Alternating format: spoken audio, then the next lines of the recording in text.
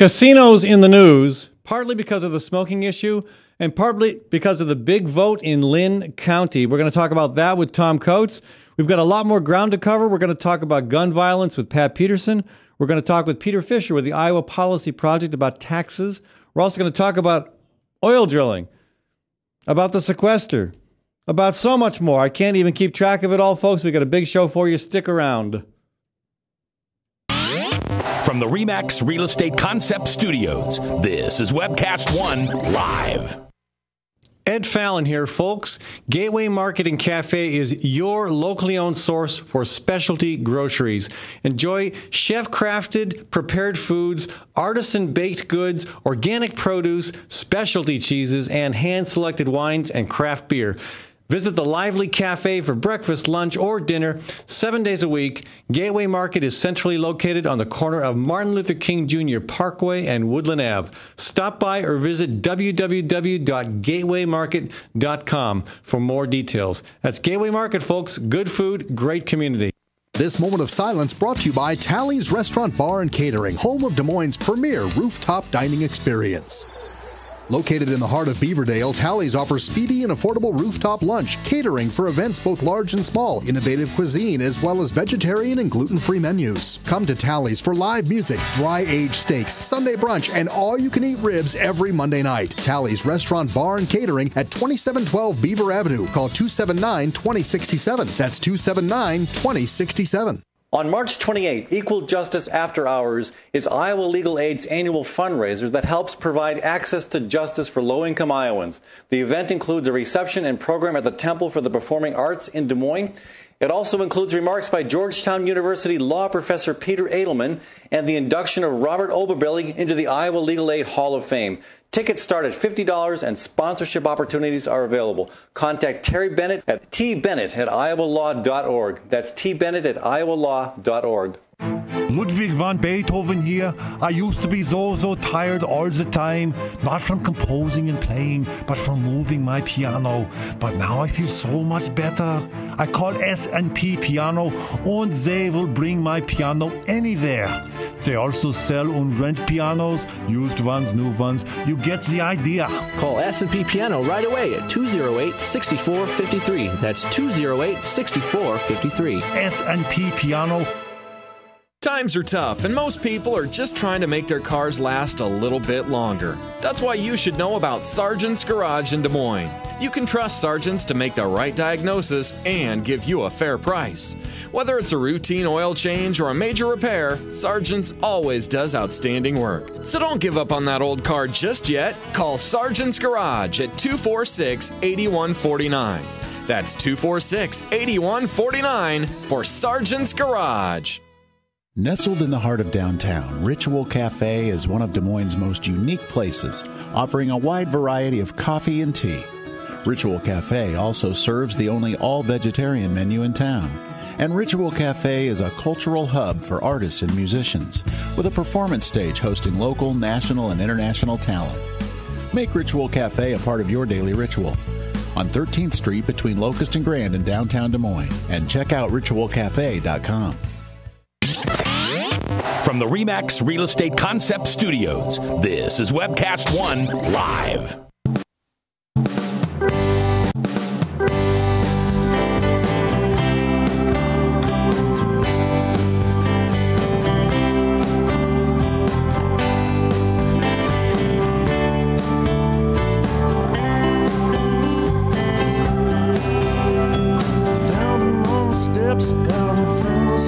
I have a hard enough time typing on a computer as it is. It's more interesting when you try to do it off to an angle.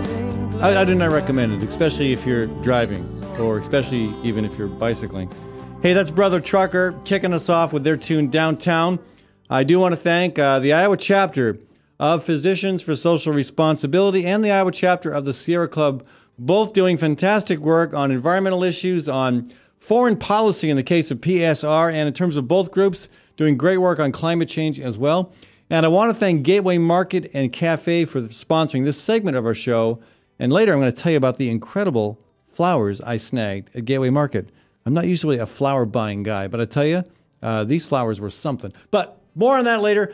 We've got a lot to cover today, and we're going to start with welcoming Peter Fisher to the program. Peter is with the Iowa Policy Project, and we are going to talk about commercial property taxes and trying to set the record straight and get the truth out on what's going on that issue. Peter, welcome to the program.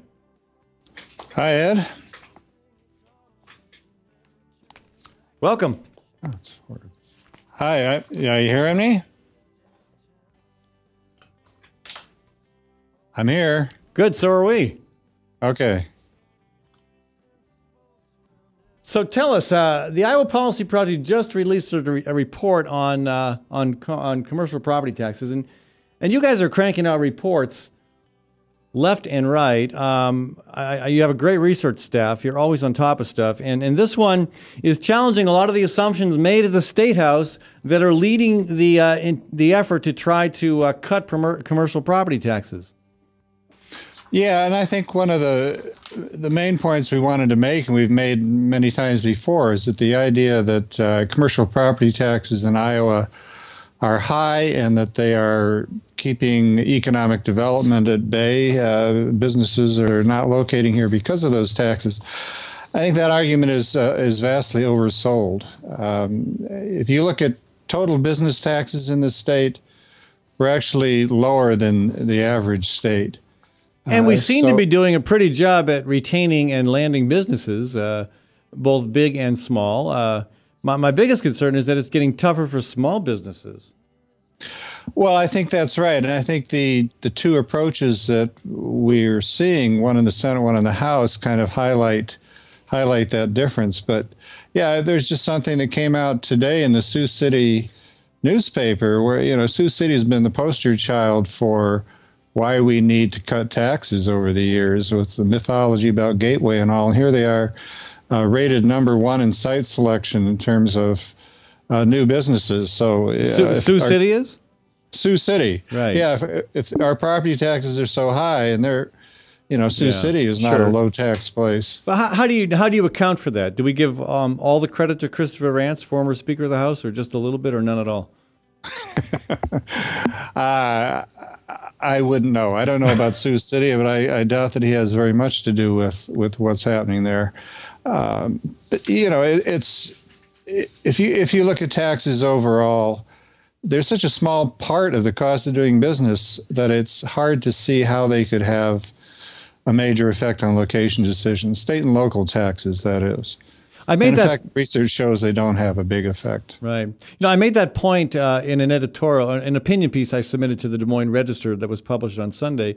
When I was on the House Economic Development Committee, we had a gentleman from Boston. He was originally from Iran, I believe, and had a very successful business out on the East Coast, wanted to relocate it to Iowa, was looking for a $5 million subsidy package.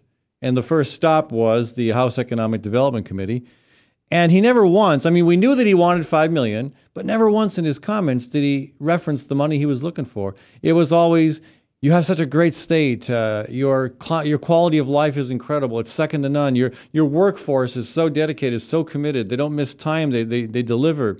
Your universities, they're fantastic, and the research they do is wonderful. And then he concluded, and I said, so with all that going for us, why do we need to give you $5 million? And he really did not have anything resembling a coherent response. I think partly he was a little bit put out that I should ask such a question, but that underscores what you're saying. We've got so much else going for us that is a byproduct of the fact that we just are hardworking, salt of the earth folks, and that we also have invested in these public amenities that make for that kind of quality of life and that kind of well-educated workforce that businesses truly want and need. No, I think that's true. I think we do have a lot of advantages, and I think the Department of Economic Development has even advertised at times the tax situation in Iowa as a plus. So how do we get beyond this debate that is again established on false premises? How do we get beyond that? Well, it's one of those things that if you say it over and over long enough, it becomes accepted wisdom. And I think that's the case here. I think the press and the public, everybody's pretty much accepted property taxes are too high in commercial property in Iowa. we have to do something about it. It's hard to fight against that once it gains a certain amount of momentum. I mean, this goes back to John Culver. Really? The effort to cut commercial property taxes. I was not aware of that. John Culver. Chet Culver. Okay, I was going to say that would have been way back. I was going back a little too far. Right. Okay. Different Culver. Again, if I understand correctly, part of your argument, part of the argument the Iowa Policy Project makes is that you can't just look at property taxes without looking at the entire tax scenario to get the full picture of the impact that the tax code has on any particular element of the tax-paying society. Yeah, that's right. And I think you need to look in particular at a couple of things that make Iowa's taxes on a lot of businesses low. One of those is tax increment financing. I mean, the argument is that we need to lower taxes to make Iowa competitive, and yet cities have the ability that they often use to abate almost all the property taxes for 10, 15, 20 years on a new commercial property.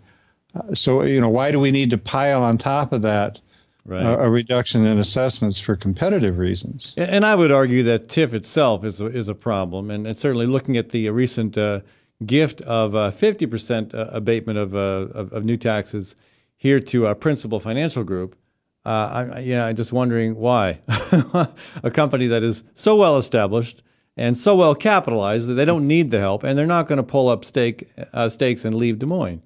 So it seems to me I call that a tax shift, but I don't know how we get beyond the current attitude toward the state's involvement with the private sector. And again, through one mechanism or another, it seems like we're giving more and more away, and then in the end, we'll have less and less to do the basics of public amenities that we all count on. I agree. It is frustrating to try to get beyond that. And, one of the other things that we've pointed out in the context of commercial property taxes is the benefits would go also to companies that are paying no corporate income tax. Right. I mean, that just came out in the report on the research activities credit. John Deere and Rockwell Collins, getting rebate checks year after year in the millions of dollars, and now they would get up to 20% of their property taxes cut, at least under the governor's plan. Nice deal if you can get it. Exactly. Peter, I really appreciate the work that you and the folks at the Iowa Policy Project do. I also appreciate the recent report you put out regarding the minimum wage. Excellent. Mm-hmm. We'll have to talk about that sometime as well. Sure, glad to do it, yeah. Appreciate you joining us. Okay. All right. Thanks, Peter. Thank you, Ed. We're going to switch gears real quick here and go to our phone lines. Pat Peterson is with us. Pat is on the phone with Iowans Against Gun Violence, and we are talking about an upcoming event, and also the recent release of information, releases of ads by a group founded by Gabrielle Giffords. Pat, welcome to the program. Thank you, and I just want to say it's Moms Demand Action for Gun Sense in America. Moms Demand Action for Gun Sense in America. Sorry, I had the wrong organization there. This is a renaming of the organization that's been around for about a month or month and a half, called 1 Million Moms for Gun Control, and they are a national, a growing national organization. So we're quite pleased to be, to be part of that. And you have an event coming up here shortly? Yes. Today, our group and States United to Prevent Gun Violence, Iowans for Gun Safety, which you've already mentioned, and Organizing for Action and other concerned Iowans will meet at the federal building. We are taking a letter in to Senator Grassley, to his office, encouraging him to vote for in the Judiciary Committee, on which he's the ranking member, to vote for the legislation that's on that committee dealing with gun issues. Certainly, one of them is expanded background checks. The other one is looking at the assault weapon ban, which I have heard him say a number of times, quote, it doesn't work. and the other one is magazine clips, large magazine clips.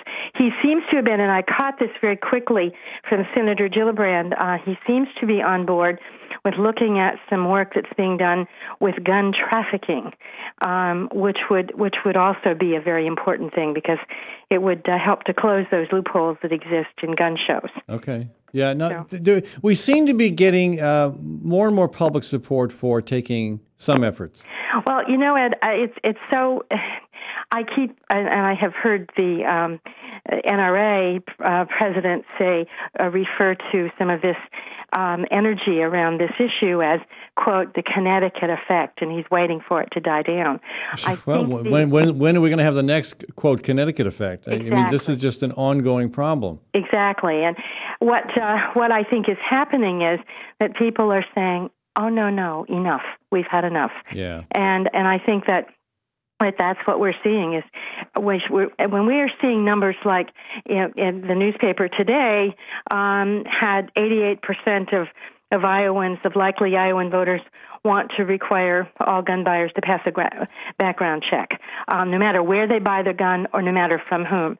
I mean, that's from Mayors Against Illegal Guns, and there are several. The recent Iowa poll showed 88% of all Iowa adults favor background checks. This 88%. 88%. That's not even.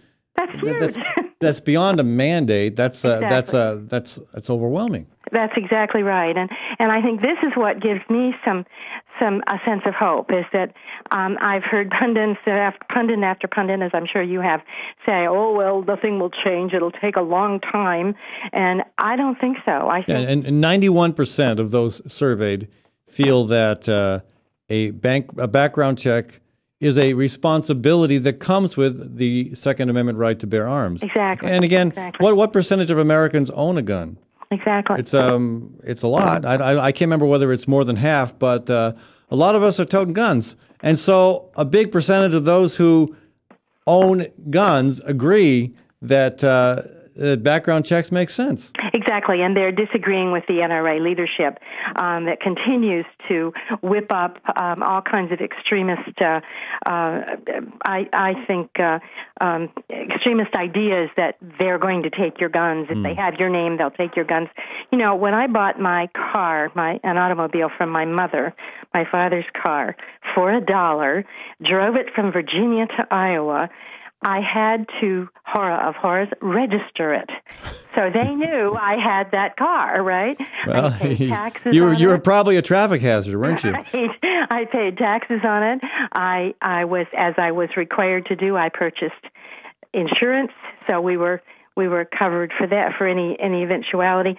These are small regulations for health and safety and living in a civilized society. And I think that's what we forget. And I think Americans are saying, oh, no, we're going to change this. Right. We're not taking people's guns away.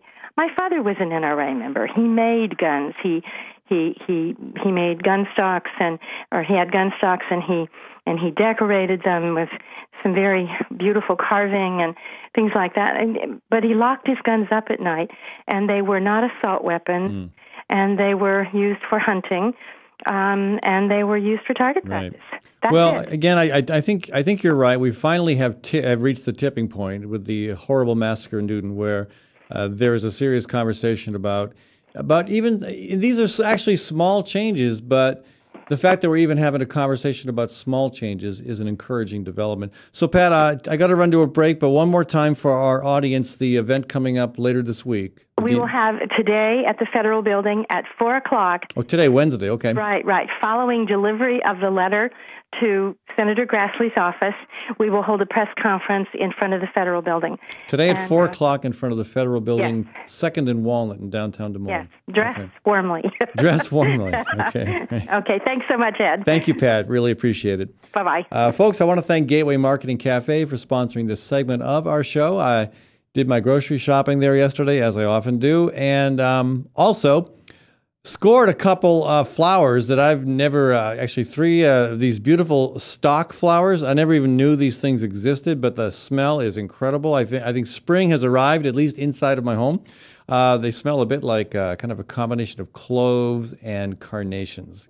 Can you beat that? Anyway, again, Gateway Market is not just a fantastic grocery store and a great place to find really, really fragrant flowers, but it's also a cafe for breakfast, lunch, and supper. It's also a catering service. So, folks, check them out. Gateway Market, our local grocery store at 20th and Woodland in the Sherman Hill neighborhood. Great food and great community as well. We'll be back in a minute. Tom Coates is going to join us.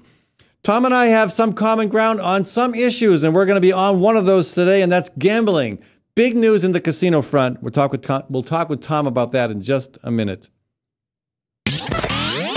From the RE/MAX Real Estate Concept Studios, this is Webcast One Live. Drug and alcohol addiction slowly steals a person's identity, tearing away pieces of their life little by little until one day it seems like the hope of a happy future is gone and there's no chance of getting it back. Here at St. Gregory Retreat Centers, we can assure you that there is hope. Our unique approach to recovery begins with the understanding that the dysfunction and damage caused by addiction can be overcome, not just dealt with. Don't let another day go by. Call St. Gregory today.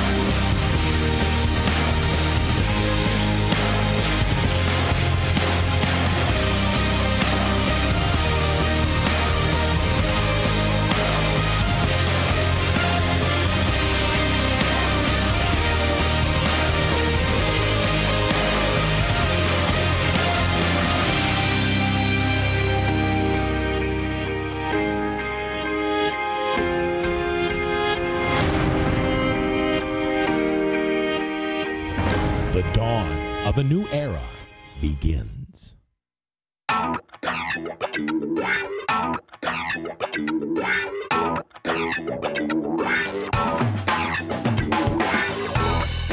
Well, good morning. This is the 7th of June in the Lord's year 2010, and this is day 1 of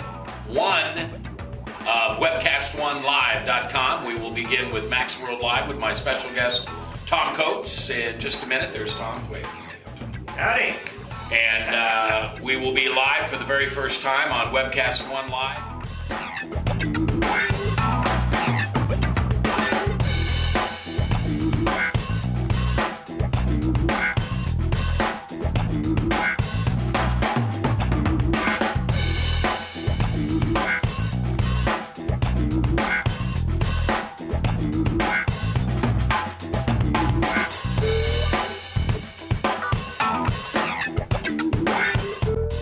Someday we're going to look back on this and say, gosh, remember that old day in history? Wonder where Walter Cronkite was. He must have been around hanging there too.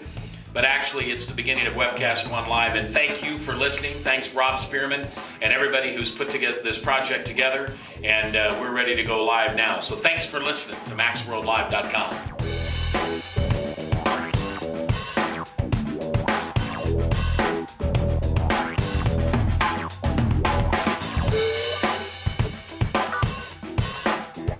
I can't tell you that it's going real well from time to time, but it is going.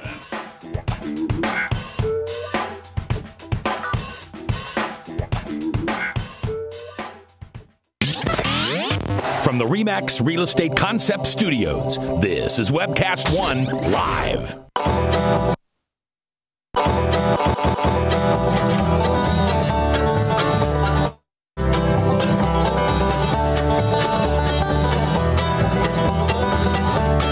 Thank you, Mr. Baber's Neighbors, for kicking off our conversation here. And I want to thank Fighting Burrito for sponsoring this segment of our show. Had lunch at Fighting Burrito yesterday, and as always, a very filling experience. I love the fact that you can go in there and basically custom make a burrito that has so many options that I guess they actually calculated you have over 1 million choices of what you can come up in terms of combinations. But I'm a big fan of the custom made burritos. I love their grilled vegetables, a couple different choices of beans, I ended up doing the pork yesterday. Again, apologies to my vegan and vegetarian friends and my Muslim and Jewish friends. Anyway, it's a great place, folks, and check it out. Again, this is a very, very affordable burrito too. For $6.50, you get more lunch than many people can probably handle. Anyway, that's a Fighting Burrito. Is at 13th and Locust, just south of Locust, in fact, in the Nationwide building. Join the fight. Anyway, speaking of fights, we got one on our hands with casinos. You know, it's not an official session of the Iowa legislature. Something casino-wise, so related to the whole gambling industry, does not rear its well-financed head. And I was delighted to wake up this morning and see my friend Tom Coates in the paper. Tom Coates and I usually like to disagree, but every once in a while we think it's fun to be on the same side of the issue. And so we are when it comes to gambling.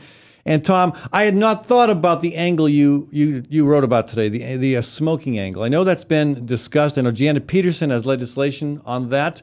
I don't believe that went anywhere, or if it's going to go anywhere, it'll have to go somewhere tomorrow. But tell us your take on the smoking casino connection.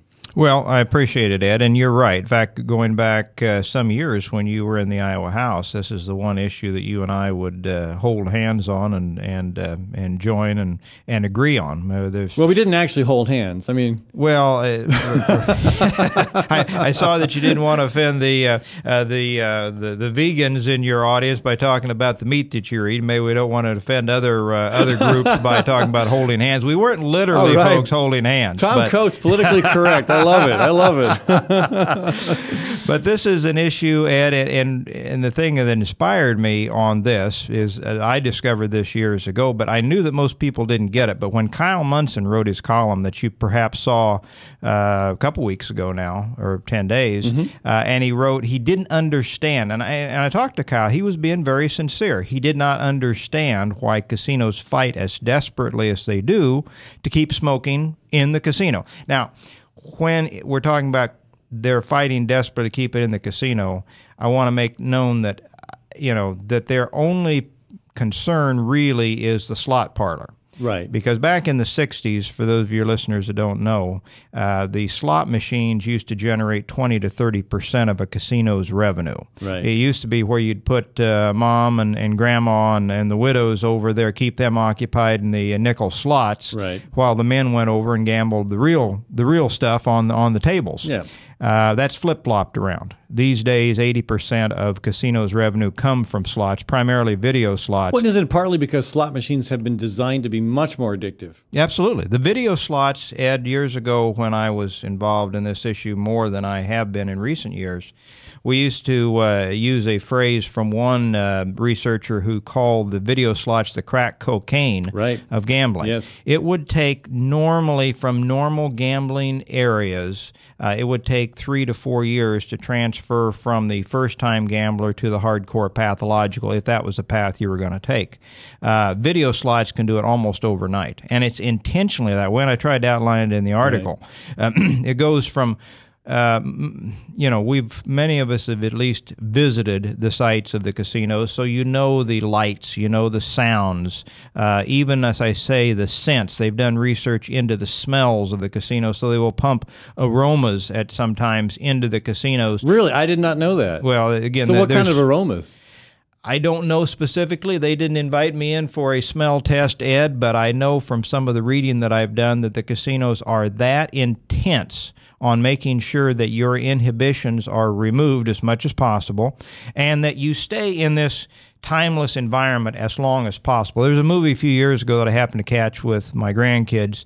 It's called The Lightning Thief. And in that movie, they had a segment where these young people go into they're hunting whatever it was they were hunting, and they were brought into a casino, and they started eating these flowers, and it put them into a trance-like state, and some of these people were in there for years and decades, and that is really kind of a parody of what the casinos try to do to their addicted patrons. Now, as I said in the article, Ed, and again, I know a lot of this is not news to you, but 70% of a casino like Prairie Meadows, like the convenience model, come from their 35-mile radius. Right, okay. And I draw a distinction. I think it's important to draw that distinction between the tourist model that Vegas employs, right, where they're bringing money from far and wide, they're dropping it in, they're going back home, versus the convenience model that Iowa first pioneered for the country. I mean, we really have that as a banner of recognition. Yeah, we should be proud, huh? Yes, absolutely. Started with the riverboats back in '91, Yep. and you remember the promises then: $5 per wager, $200 lost per day. $200 limit, and it was family entertainment. It was reviving that old sense of the riverboats trolling along the Mississippi River. Bring the family out, have a great day. You know, drop just a little bit of money and go home. Everybody's happy. That was the sales pitch. Again, they knew that was just as bogus as promising that we were going to have an operating horse track out here at Prairie Meadows. Right. That was just the nose of the camel into the tent. Right. And as soon as Illinois got into it, we threw those limits off in a few years, and then it was Katie bar the door. Well, it shows you how powerful the casino industry is when a couple years ago, again, the legislature banned smoking in bars and restaurants and other places, and yet the casino industry got an exemption. Them and the Vets Home in Marshalltown, go figure. But it just shows you how powerful that industry is. Well, that's where we're going. And a lot of people like Munson wonder, and probably a lot of people that are opposed to gambling wonder why they fight so hard. When they look at fight so hard to keep it. To keep it, right. Yeah. They like Munson did. He talked about restaurants and bars and how some of them have actually increased their business since they've gone smoke-free, and I have no doubt about that. But that business model analogy does not work with a casino. Right. And as you understand that timeless environment that they seek to create, no windows, no clocks, keeping the drinks flowing, and allowing, because their core constituency, a lot of times businesses will say that 80% of our business comes from 20% of our clientele. Well, in their case, it's a much smaller, narrower group that comes in there and gambles disproportionately. These are the problem and pathological gamblers. I mean, there are people who go there and they drop $50 or $100. Go occasionally, drop a little bit, and go a couple times. That's not what we're talking about. Yeah. That's not their bread and butter. That's not their core constituency. Their core constituency, like I outlined in today's paper, is that problem and pathological gambler, and they are contributing up to half of a convenience casino's revenues. Now, that's not half of their turnstile traffic, Ed. I don't want your listeners to misunderstand what I'm saying. It's a small percentage of the turnstile traffic, but it accounts for up to half of their revenues. And since that's the case, now you have to look at the profile of who that person is. Right. Cross addictions are very common. High rate of alcoholism, probably some drug abuse, but certainly tobacco is probably at the top of that heap. Sure. Okay. And now, what would happen is that many of those people that go and stay for an extended period of time, if you force them periodically to make that break, well, I've got to go to the bathroom, I can't have my cigarette, so I'm going to do both. I'm going to get up, go to the bathroom, and now I'm going to go outside where I have to go to have this cigarette.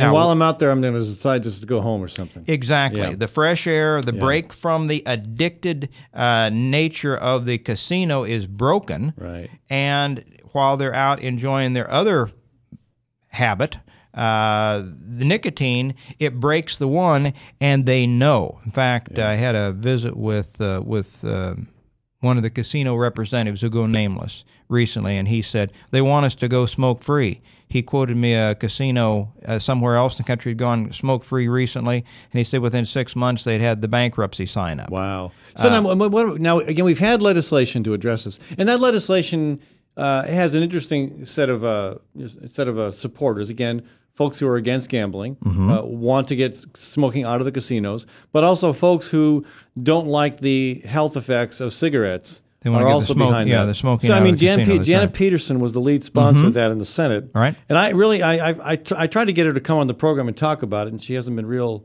responsive about that. So what is the latest situation with that bill? They've Ed, you know from serving in the Iowa House for some years, you know what a formidable force the casino lobby can be.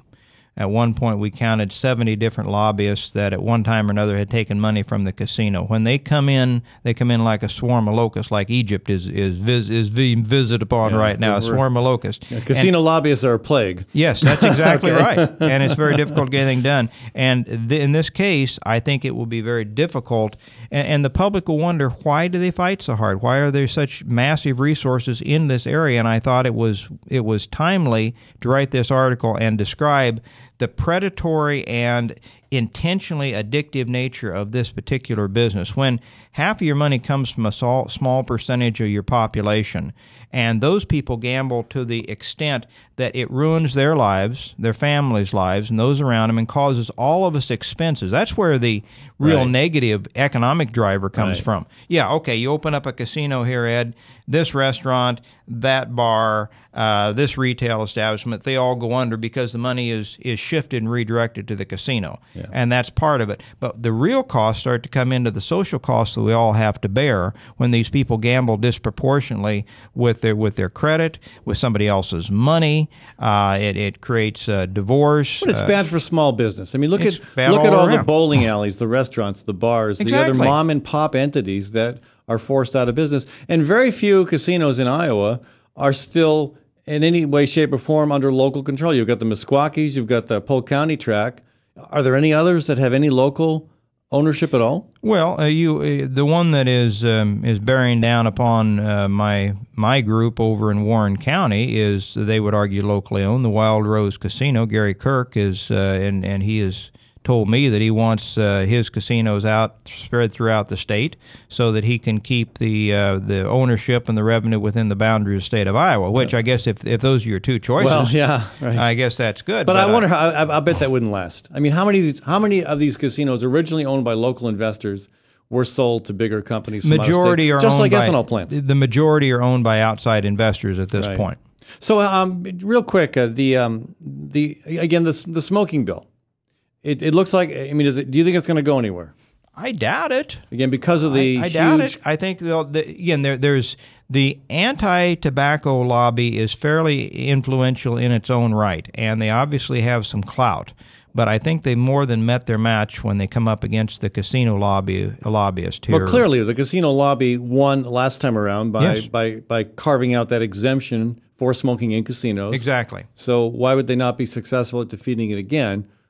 That's that's a good point. And I think it'll be an ongoing discussion. I think as our society continues to grind out tobacco to the point that maybe eventually we make it totally illegal. Well, and actually on that note, Tom, we might disagree. I'm not a fan of making, and that's where there's a little bit of a rub for the casino issue for me, because I tend to have libertarian leanings when it comes to personal choices. Well, I do too. I'm not saying I am for the illegal making tobacco illegal. Okay. I'm not. No, don't get me wrong. In fact, Ed, I'm going to declare something here that you won't like. I'm a cigar smoker.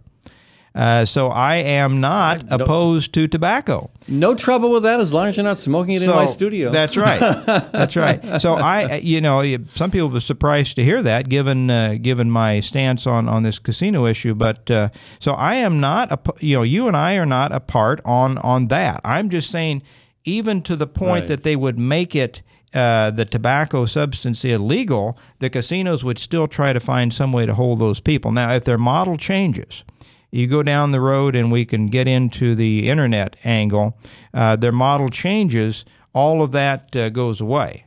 But right now, right this minute, they cannot afford to allow the smokers to go outside. Right. Many of them wouldn't come as often, and they wouldn't stay as long. And I mentioned at the end of the article, did you read the end of the article where I drew the analogy on my experience back in the 90s with the credit cards? Yes. Okay. Yeah. That is a very analogous argument, because the issue that they will not allow people, and they sued the state of Iowa over the credit card issue. I don't know if you remember that a few years ago, because the Racing Gaming said, you're violating the state laws that says you cannot extend credit casinos.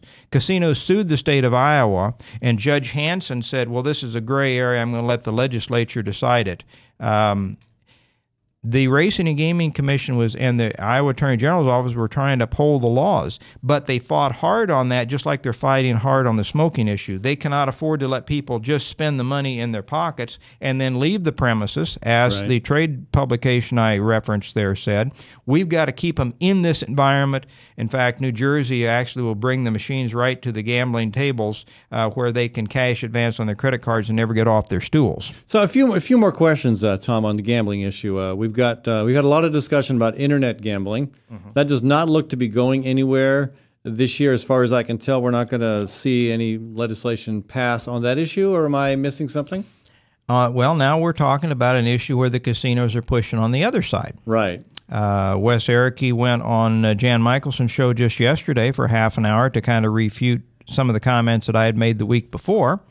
And I know he wasn't comfortable, he didn't like it because the argument kind of falls apart. But they see internet gambling as the next big frontier. So there was an article out last week, Ed, that said Silicon Valley was gearing up to promote internet gambling. Overseas, it amounts to $34 billion annually in revenues. Right. This is a big market.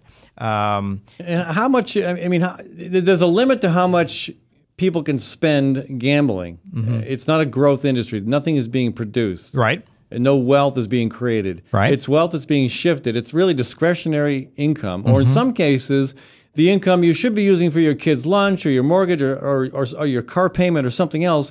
It's money that's going from those sources into a bottomless pit. And I don't know how much bigger a pit the industry feels it can carve before it's going to run out of even to the ponds point to fill it. Even to the point, Ed, that pathological gamblers, 49%, one study said, end up stealing somebody else's money to continue to gamble. Well, that's one way to do it. In fact, we had a discussion with the head of the editorial board the other day, and he said, I'm seeing more and more cases where embezzlements come back around to the embezzler being a gambler. Right. This will not be a surprise to you, but it might surprise some of your audience how often this occurs. The internet gambling issue is an interesting one. If we've got a few minutes, I'll flesh this out for you on why it's an interesting one. Do you want me to do that now? Sure. All right. The internet gambling issue, which is obviously a growth industry, was dominated up until about 2 years ago by certain mega gambling sites that were offshore. They were not domiciled within the United States. In the Cayman Islands, maybe. Oftentimes.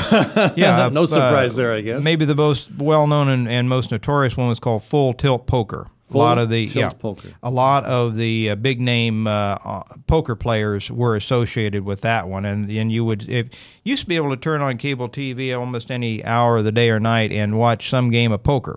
Ed, I don't know if you watch much TV, but you don't see it anymore. And the reason is... Tom, I don't even own a TV. All right, okay. I will take my word for it. And by the way, Ed, I've done TV commercials over the years, too. I have seen your TV commercials. Just because I don't own a TV doesn't mean I don't get to see you on TV once in a while. Anyway, the Justice Department, partially at the behest of Harry Reid, who was put back in his seat due to the casinos and the casino unions. And one of the biggest things that they demanded of Harry Reid, who then pushed on the Justice Department, who then busted these sites for the Justice Department, was take them down, clear the tracks. The casinos of Vegas want to control internet gambling in this country. And so oftentimes we've seen, Ed, a step-by-step process, just like they got Prairie Meadows and step-by-step. Oh, yeah, it's always step-by-step. So this is a step-by-step process. They shut them down. There's only a few scattered sites. The volume is dried up. You don't see the stuff on TV. The volume of gambling is dried up. They think they can reinvigorate it. They would like to do it nationwide. Harry Reid has been trying to push a nationwide internet poker bill out there. Wow. It's not been successful so far, and I don't know that it will be. So they think the only way perhaps we can do it is state by state doing it. That's not what we want, but that's the next step. And some of the other states, New Jersey, Delaware, New Jersey is about to sign it. Delaware, there's another one. Iowa, they would like to add themselves on that list. I don't know if they will. For Iowa, it's a big loser. And if you've got a minute, I'll explain why that is. Well, I've got to go to a break, Tom, and I do want to get your take on the vote in Lynn County, which was surprising and disturbing to me, but it shows how powerful it shows how a powerful industry like the gambling industry can actually lose. But let's save a little bit of time for that. Right. I've got to run to a break. Folks, we'll be back in a few minutes. Tom Coates is my guest here. We're talking gambling, we're talking casinos, and we're talking internet gambling as well. We'll be back in a minute. From the RE/MAX Real Estate Concept Studios, this is Webcast One Live. Community CPA is the 15th largest CPA firm in Iowa, providing audit, tax, and accounting services. Community CPA specializes in international tax treaty and double taxation avoidance among countries and states. 9 dedicated, experienced, hardworking staff are the company's foundation, and their compassion towards every client is the secret behind Community CPA's success. At Community CPA, you can expect quality service year-round. Call 288-3188. Community CPA, 3816 Ingersoll. Experience the difference. This is Dr. Holding of the Story County Veterinary Clinic. For 15 years, we have been spaying and neutering feral cat groups at affordable prices. Wild cats destroy game birds and songbirds. A single female cat can produce over 4,000 kittens in 7 years. The shelters are full, so unwanted kittens will be put to sleep. Your cats will stay home and stay healthy. Call us for all your dog and cat needs at the Story County Veterinary Clinic between Ames and Nevada on Highway 30, 1 mile east of Interstate 35. 515-232-8766. Since 1994, Sid's Catering has graced Des Moines area events with quality service and rave reviews. Owner Sid Cohn's culinary career began with a Northeast Iowa vacation home for international clientele. Sid earned a Bachelor of Science in Hotel Restaurant Management and was the assistant clubhouse manager at Des Moines Golf and Country Club. Sid has a passion for fresh, local products and offers a wide range of options, including vegan, gluten-free, and ethnic. Mention the Fallon Forum when you book your breakfast or lunch event and get 10% off. Contact Sid's Catering at 208-2091. That's Sid's Catering at 208-2091. Local farms, global flavor. That's the secret to Hawk's growing popularity. The best meals begin with the best ingredients, and 90% of Hawk's ingredients come from local farms. In addition to seasonal fruits and vegetables, Hawk features grass-fed beef and lamb, and pasture-raised chicken and duck, all raised without hormones, steroids, or cages. The coffee is fair trade, locally roasted, and Hawk's House liquors come from right here in Iowa. Hawk's owners go the extra mile, composting organic waste and recycling. For more information or to make reservations, visit hawktable.com. That's HOQ table.com. It's time to think about upgrading the efficiency of your furnace and air conditioner. Leonard Tinker Heating and Cooling has provided honest, competent service for over 20 years. Whether it's your home or business, for repair work or to install a more energy-efficient furnace or air conditioner, call Leonard Tinker at 263-0422. That's 263-0422. For honest, competent heating and cooling service, call Leonard Tinker at 263-0422. I love driving to Newton to see the races. Me too, but I only have to drive across town. You live in Newton? Yep, Newton's got small town charm and it's close to Des Moines. I love the safe, friendly neighborhoods and family-owned businesses. And Newton's wind energy industry is really taking off. How'd you find your home? Dan Kelly with First Choice Realty. And Dan helped me find my office too. Next time, instead of just speeding by, I'll stop in and check out Newton. Why don't you check out Newton? Call Dan Kelly at 641-521-9260 or Dan Kelly at mchsi.com. From the RE/MAX Real Estate Concept Studios, this is Webcast One Live.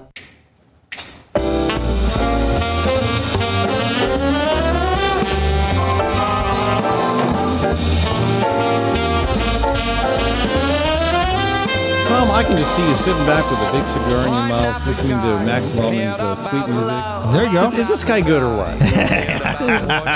Local guy. I mean, he's kind of a he does a beautiful job. You heard of Max Wellman? Oh yeah, sure, good. Sure. Good. Anyway, he's got a concert coming up on the 13th. There's details about that on my website, fallonforum.com, and another concert coming up on the 23rd. That's Max Wellman, folks. And I want to thank Story County Vet for sponsoring this segment of our show. Story County Veterinary Clinic on Highway 30, just east of Ames, run by Dr. Kim Holding. Kim has been doing veterinary work for 32 years, and she does a fantastic job with large and small animals, tends to focus on smaller animals. They're easier to pin down on the table. So give her a shout, folks. You can go online, actually, to my website. I've got all the information on how you can contact her there. on the FallonForum.com. Just click on sponsors, and you'll see the list of complete list of the business sponsors of this program, including Dr. Kim Holding with Story County Vet. We're just going to stick with the gambling issue. That's a big issue. We've got Tom Coates in the studio. That's never happened before. Tom's always afraid that when I get him in here, I'm going to pick on him for some crazy belief that he has. Ed, it is a first. It is a first. I don't know. I don't remember being invited before, but well, I don't know. I think I might have thought of it or tried, but anyway, you sent me out an email this morning. I was coming downtown to meet a fella for lunch, and we're going to do Mac's show with this afternoon. I said, why not? It's a good time for this. Yeah. So let's switch gears. We've been talking about the legislature, about the smoking in the casino bill, about the internet gambling bill. No, I haven't finished quite telling you why the internet's a loser. Good. Wrap us up on that, and then I want to talk about what happened in Lynn County and what might happen in Warren County. Yeah. I'll try to shorten it down as much as possible. The internet gambling bill is a loser for Iowa for a couple reasons. One, the number. They quote 150,000 Iowans gamble online. That's gross exaggeration. It might be 15,000, Ed, these days. How do they estimate that? Well, they estimated it from 2 years ago, and they used some very optimistic figures on that, and that was people that had delved in at one point perhaps to a internet game of some kind, and then they extrapolated from there, and they say, I can generate $15 million at the top of revenue. Even they admit that that's optimistic. Now, here's why it's not going to work. They want to tax this thing at 22%. It happened over in France when the nation of France knocked out all of the internet gambling sites, and they forced them to deal with a government gambling site. They wouldn't go for it. They boycotted it. They picketed it. The small number of gamblers that might be recipients of this internet site are too sophisticated to allow a heavy rake, such as 22% taxes, to be pulled off the table. If they're doing it all right now, they're doing it on places offshore that aren't hitting them for those kind of taxes. They're not going to sit still for it. What it will do, so it won't generate any real money. It won't be a competitive site. You've got to have volume. You've got to have variety of games to make it successful, and you can't take that heavy rake. None of that's going to be present in any Iowa-based casino, except now we go to the Indians. Meskwaki in particular has always been very innovative. When we had bingo, they had the biggest bingo parlor in the state. They went with the casinos. Once we put the riverboats in, they adhered to the limits. We took the limits off, then they went without limits. You know, I got to say, I've always been somewhat empathetic with the Native Americans landing casinos. I mean, again, I'm not a fan, but you know, there's a minority group that have been so kicked around and pushed, kicked down, pushed around for so long. It's hard to feel any sense of criticism when they finally land something that makes them that gives them a chance to generate some wealth. Maybe we'll let them start distributing cocaine next year. I don't know, okay, but Tom. that would be an analogous model to the casinos. Okay, fair enough. The Meskwakis are very innovative. If we allow and legalize internet poker, any form of gambling, they will do it quickly. There's no tax on them. There's no real regulation. And I contend there's nothing that would really prevent them, because an Iowa-based casino has to stay within the boundaries of Iowa. They can't reach outside the state for patrons. The Indians, I don't think, are restrained that way. We could have a big, competitive, nationwide internet gambling site run by the Meskwakis that will just generate tremendous amounts of money for them, not $1 for Iowa, and will be visiting a plague upon the rest of the nation that we shouldn't. So, and I would guess, what you're suggesting too is the other casinos aren't going to like this. If they were smart, they would just drop this like a hot potato. It is not going to help them. But they think they're going to find a way through. They think they're going to get some free money out here. They're about being about as stupid as their patrons that come in and sit in front of those slot machines for hours, pulling the handle, hoping to get a big hit. If they had properly analyzed this, Ed, they would drop it and leave it alone. But instead, they keep pushing Wes Ericke and others out there and their lobbyists. We need this. No, you don't. So let's look at Lynn County for a second. Okay. The first time, Lynn County voted on whether to allow a casino. And folks, how it works is this. For a casino, for the State Gaming Commission even to consider locating a casino somewhere, the folks in that particular county have to vote in favor of allowing that to happen. Well, years ago, Lynn County residents voted overwhelmingly against having a casino in Lynn County.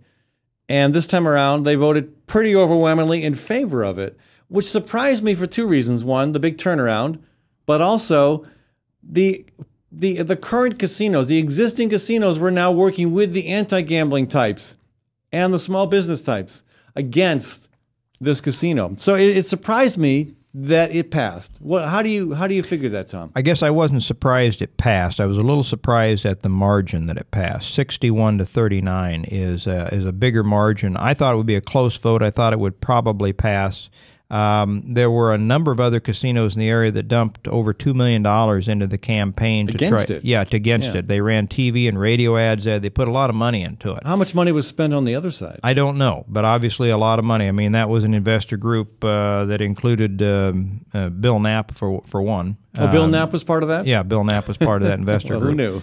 I haven't been tracking it that close. Yeah, I guess a lot of people knew. Well, he kind of stays hidden in the background, but I don't think it's a tremendous secret to some that he was involved in it. Anything he gets involved in normally has a pretty good chance for success. I think over there with that level of support and with some of the powers that be, both Republican and Democrat heavyweights are involved in this one, Ed. I will not be surprised to see that next hurdle cleared. I will not be surprised to see the casino maybe be the last one to be approved by the Iowa Racing and Gaming Commission. So why the shift, though? What changed in Lynn County so significantly from the last vote to this one? That's a good question. And I spent some time on the phone with a couple of the organizers of the opposition. I heard some things from them. I heard some things from some of the other side. I don't think I'm really ready to sit here and tell you exactly why that shifted, other than I think we have seen some cultural shift amongst us in recent years. I think some of the inherent religious concerns about having a casino have been somewhat alleviated. They look around and they see, we've got 20 around, what's one more? If I can benefit in some fashion. You know, a lot of these people do not have any religious impediment to allowing for gambling and the visiting upon by the predation of the casinos. Other people, they think they're going. That it's always sold on a benefit analysis, Ed. And again, we've used to fight with this before.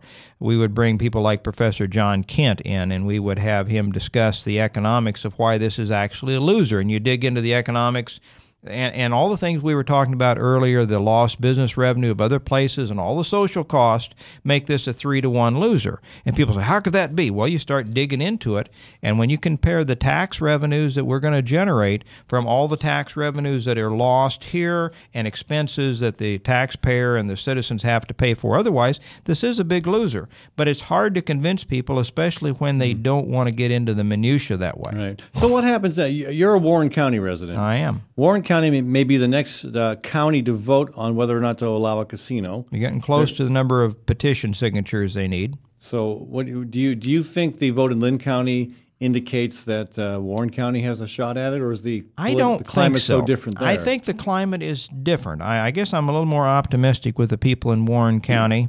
For one reason, I think Cedar Rapids is still a bit of a depressed area. I don't think they ever fully recovered from that flood. And I don't think that Warren County has that. I mean, the growth in Warren County, most of the communities, Carlisle, Indianola, certainly Norwalk, has been significant.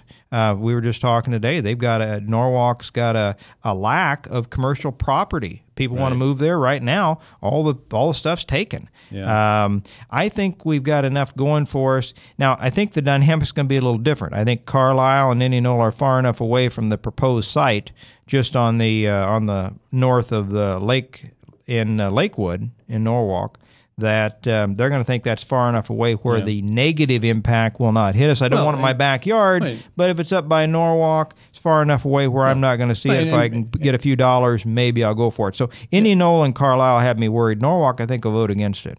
And Prairie Meadows and Polk County government will work hard against it. There's no doubt about that.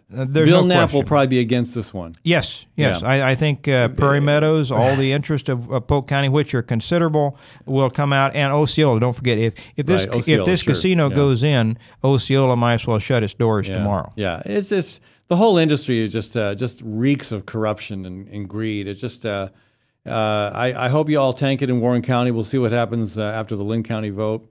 And again, thanks, Tom, for updating us. Dan Kelly will be joining us tomorrow, folks, and we'll have a lot of things to cover with Dan Kelly, but I know I want to get Dan to weigh in on the gambling issue as well from his perspective in the Iowa House. Tomorrow we'll also hear from Nikisha Phillips. She's the young mother, mother-to-be, who has been with us every Thursday talking about her journey through pregnancy.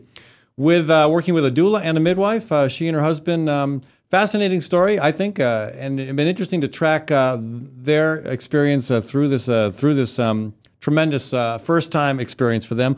Also tomorrow, Max Wellman will be joining us talking about what brought him back to Des Moines and what's happening in his life as he moves forward. I want to remind people about the Catholic Peace Ministry event coming up this Saturday. This is an annual event that's been going on for maybe 30 years. It's the annual Bishop Morris Dingman Peace Award.